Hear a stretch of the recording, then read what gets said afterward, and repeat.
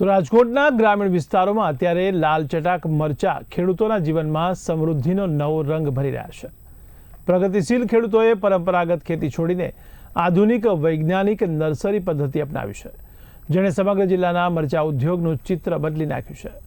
સરકારી પ્રોત્સાહન અને આધુનિક ટેકનોલોજીના સમન્વયથી પાક નિષ્ફળ જવાનું જોખમ ઘટી ગયું છે અને ગુણવત્તાસભર ઉત્પાદન વધી ગયું છે। ત્યારે ટપક સિંચાઈ અને પ્લાસ્ટિક મલ્ચિંગ જેવા સ્માર્ટ આયામોનો ઉપયોગ કરીને રાજકોટના ધરતીપુત્રો આજે દેશ આખાઈ માટે ટકાઉ અને નફાકારક ખેતીનું શ્રેષ્ઠ ઉદાહરણ પૂરું પાડી રહ્યા છે। તો ચાલો જાણીએ આ સફળતાની રસપ્રદ કહાની।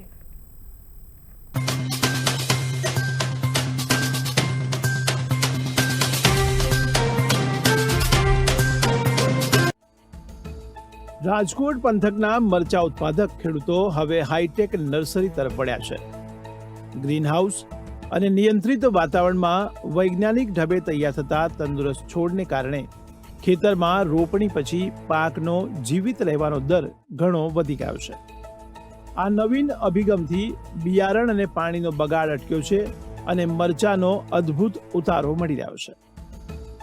નાની જે સ્વરોજગારલક્ષી નર્સરી જે છે ધરું તૈયાર કરવા માટે એની પણ યોજના છે। એમાં ખેડૂતોને આપણે યુનિટ કોસ્ટ જે 3 લાખની છે એમાં 65% સુધીની સબસિડી સરકારશ્રી તરફથી આપવામાં આવે છે, જેમાં સાથે ધરું રોપા તૈયાર કરવા માટેની કીટ પણ સામેલ હોય છે। આ ઉપરાંત જ્યારે ખેડૂત ખેતરમાં એનું ફેર રોપણી કરે ધરુની પાક અમુક દિવસોનો થઈ જાય ધરું થઈ જાય પછી ત્યારે જે મલ્ચિંગ કરવામાં આવે છે પ્લાસ્ટિક મલ્ચિંગ એમાં પણ સરકારશ્રી દ્વારા 65% જેટલી સબસિડી આપવામાં આવે છે, જેમાં હેક્ટરે 40,000ની જે યુનિટ કોસ્ટ છે ખર્ચ થાય એની સામે 50% કેન્દ્ર સરકાર તરફથી અને 15% રાજ્ય સરકાર તરફથી પૂરક સહાય રૂપે આપવામાં આવે છે।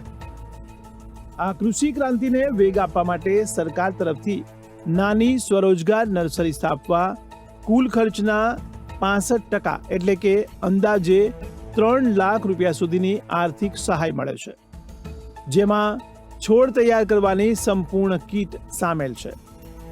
તે ઉપરાંત કેન્દ્ર અને રાજ્ય સરકારના સંયુક્ત સહયોગથી પ્લાસ્ટિક મલ્ચિંગ પેપર અને ટપક સિંચાઈ પદ્ધતિ પર પણ મોટી સબસિડી ઉપલબ્ધ છે।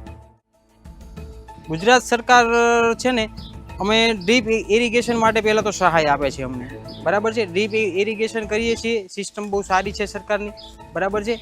અને ત્યાર પછી અમે એમાં મલ્ચિંગ કાગળનો ઉપયોગ કરીએ છીએ, બરાબર છે। એમાં પણ ગવર્મેન્ટ સરકારની સહાય અમને મળે છે, જે અમે કાગળ પાથરીને કરીએ છીએ, જેનાથી છે ને નિંદામણ ઓછું થાય છે।